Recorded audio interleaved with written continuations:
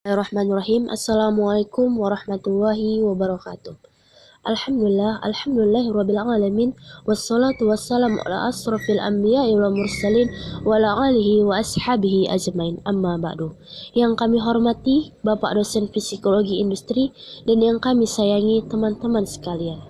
Di sini kami selaku kelompok 5 dari manajemen 5B membuat video pembelajaran untuk memenuhi tugas yang diberikan Bapak dosen Psikologi Industri. Saya, Wahdatul Thaibah, sebagai moderator akan memandu kegiatan diskusi hari ini. Di sini saya tidak sendiri dan saya juga ditemani oleh 2 orang lainnya, yaitu Irma Yunita dan Muhammad Syafrizal. Di sini kami akan menjabarkan mengenai motivasi kerja. Pembaca pertama oleh saya sendiri dan dilanjutkan oleh Irma Yunita dan Muhammad Syafrizal. Baiklah, untuk mempersingkat waktu, mari kita mulai materinya. Motivasi kerja. Definisi motivasi. Motivasi adalah suatu proses di mana kebutuhan-kebutuhan mendorong seseorang untuk melakukan serangkaian kegiatan yang mengarah ke tercapainya tujuan tertentu. Jika berhasil dicapai, akan menciptakan kepuasan. Motivasi kerja. Motivasi kerja adalah dorongan yang tumbuh dalam diri seseorang, baik berasal dari dalam dan luar dirinya, untuk melakukan suatu pekerjaan dengan semangat tinggi, menggunakan semua kemampuan dan keterampilan yang dimilikinya. Dalam psikologi industri disebut pendorong semangat kerja. Motivasi dalam dunia kerja. Bagaimana cara mengarahkan daya dan potensi bawahan agar mau bekerja secara produktif, berhasil mencapai dan mewujudkan tujuan yang telah ditentukan. Kuat lemahnya motivasi kerja seseorang ikut menentukan besar kecilnya prestasi. Pentingnya motivasi. Orang mau bekerja itu dikarenakan yang pertama, keinginan untuk hidup. Yang kedua, keinginan akan suatu posisi. Yang ketiga, keinginan akan kekuasaan. Yang keempat, keinginan akan pengakuan. Tujuan motivasi kerja. Yang pertama itu mendorong gairah dan semangat kerja pegawai. Yang kedua, meningkatkan moral dan kepuasan kerja. Yang ketiga, meningkatkan produktivitas kerja. Yang keempat, mempertahankan loyalitas dan kestabilan.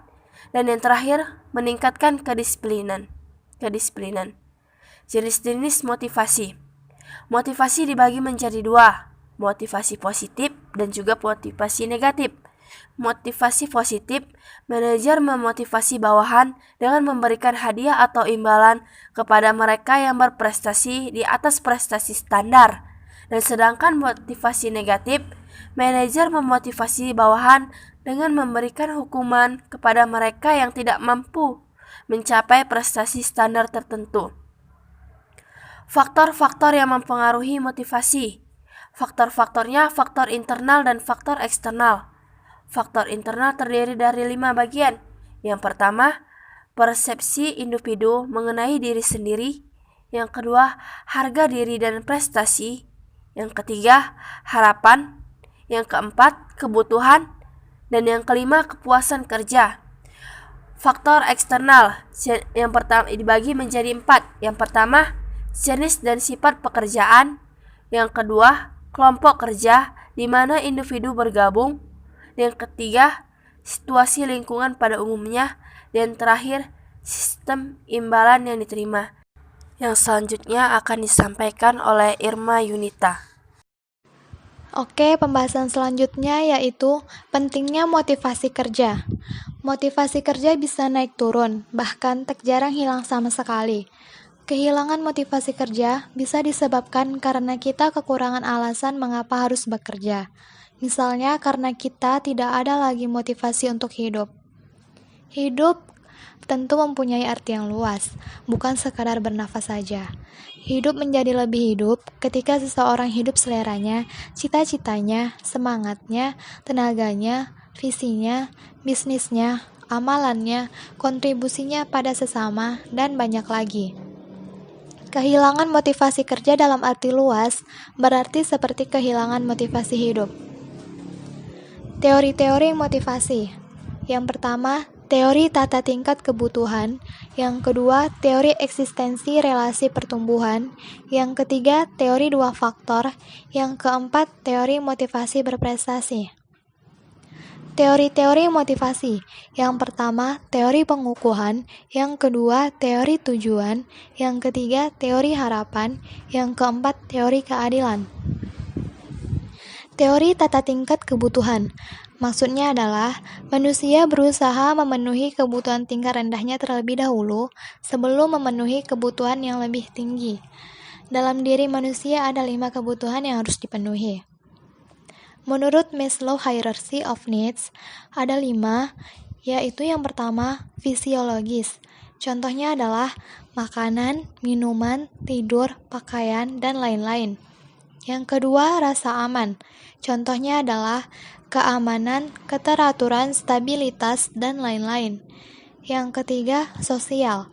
Contohnya adalah afeksi, relasi, keluarga, dan lain-lain. Yang keempat, penghargaan. Contohnya adalah pencapaian, status, tanggung jawab, reputasi, dan lain-lain. Yang kelima, aktualisasi diri. Contohnya adalah pengembangan diri, pemenuhan ideologi, dan lain-lain. Teori eksistensi relasi pertumbuhan. Teori motivasi ini dikenal sebagai teori ERG yang dikembangkan oleh Clayton Alderfer. Teori ini merupakan satu modifikasi dan reformulasi dari teori tata tingkat kebutuhan dari Maslow. Teori dua faktor. Faktor yang pertama yaitu hygiene factors atau faktor ekstrinsik. Adalah faktor pendorong yang datang dari luar diri individu, terutama dari organisasi tempat bekerja. Faktor ini disebut juga dissatisfiers atau faktor pemeliharaan yang diperlukan untuk menghindari ketidakpuasan. Contohnya adalah gaji, kehidupan pribadi, kondisi kerja, jaminan kerja, hubungan antar pribadi, kebijaksanaan, dan administrasi perusahaan. Faktor yang kedua yaitu motivation factors atau faktor intrinsik. Adalah faktor pendorong yang datang dari dalam diri individu. Contohnya motivasi berprestasi di tempat kerja. Faktor ini dikaitkan dengan isi pekerjaan. Contohnya adalah keberhasilan, pengakuan, pekerjaan yang menantang, peningkatan, dan pertumbuhan dalam pekerjaan. Materi selanjutnya akan disampaikan oleh Muhammad Safrijal. Teori motivasi berprestasi, kebutuhan akan prestasi, dorongan untuk mengungguli, berprestasi dalam seperangkat standar, berusaha keras untuk sukses, kebutuhan akan afiliasi, keinginan untuk berhubungan antar pribadi secara ramah dan dekat, kebutuhan akan kekuasaan, kebutuhan untuk membuat orang lain berperilaku dalam suatu cara di mana orang tersebut tidak akan berperilaku demikian. Teori penetapan tujuan. Edwin Luke mengemukakan bahwa jika karyawan diberikan tujuan yang spesifik dan sulit dan diberikan feedback, maka akan menghasilkan performance yang tinggi. Teori harapan. Jika seseorang menginginkan dan harapan untuk memperoleh sesuatu itu cukup besar, maka akan membuatnya sangat terdorong untuk memperoleh hal yang diinginkannya. Sebaliknya, jika harapan memperoleh hal yang diinginkan itu tipis, motivasinya untuk berupaya akan menjadi rendah. Teori keadilan. Teori keadilan Stacey Adams bahwa para karyawan melihat apa yang mereka peroleh dari situasi pekerjaan dikaitkan dengan apa yang mereka masukkan ke pekerjaan itu, kemudian membandingkan dengan rekan kerjanya. Kepuasan kerja. Kepuasan kerja yaitu berkenaan dengan sikap umum individu terhadap pekerjaannya.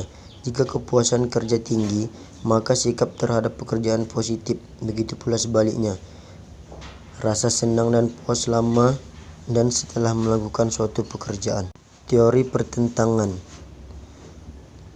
Locke mengemukakan bahwa kepuasan kerja pegawai apabila yang didapatkan oleh pegawai ternyata lebih besar daripada apa yang diharapkan, maka pegawai tersebut menjadi puas. Sebaliknya, apabila yang akan didapat pegawai lebih rendah daripada apa yang diharapkan, maka menyebabkan pegawai tidak puas. Kepuasan kerja melibatkan penilaian individu terhadap apa yang diterima oleh orang lain. Ketidakpuasan muncul ketika apa yang diterima ternyata lebih sedikit dari apa yang diharapkan, ketika ia membandingkan apa yang diterimanya dengan apa yang diterima orang lain. Sekian dan terima kasih yang dapat kami sampaikan. Lebih dan kurangnya kami mohon maaf. Wassalamualaikum warahmatullahi wabarakatuh.